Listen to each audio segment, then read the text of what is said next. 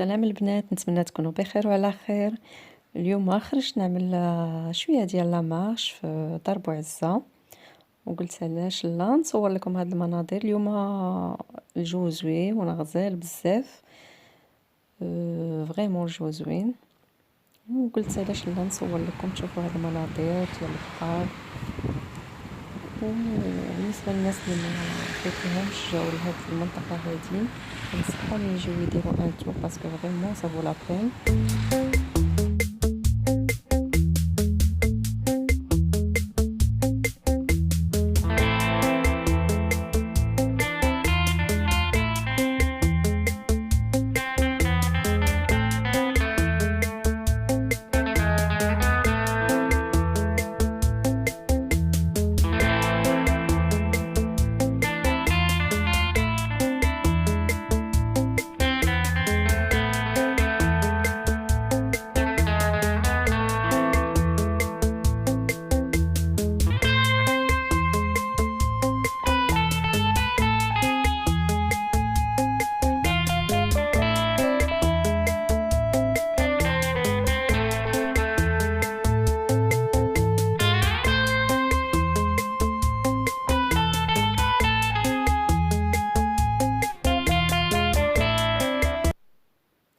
هذا واحد لو كوان كيعملوا فيه شويه ديال السردين.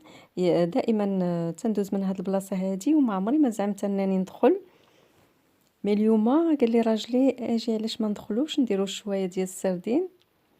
ما عادشينا شحال هادي ما كليناه وقلنا ندخلوا نكتشفوا هاد لوندغوا هذا. دخلنا مي فريمون عندهم السردين جديد ولذيذ بزاف، فريمون ستا كوان سامبا. هانتوما كتشوفوا منظر جميل بزاف ومقابل مع البحر، واخا كاين شويه د الريح مي ماشي مشكل، يعني الجو زويون وكاينه الشميشه والجلسه هنايا زوينه بزاف، منظر زوين مع البحر. هانتوما كتشوفوا الدنيا عامره، كاينين الناس بزاف، يعني فريمون عندهم السردين جديد.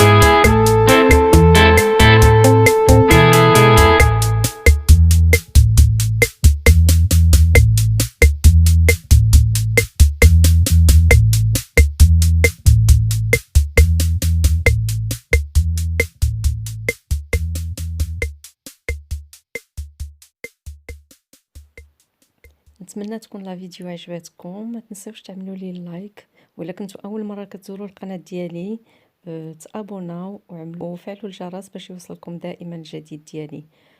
وبهذا تنقول لكم الى اللقاء مع فيديو اخر ان شاء الله.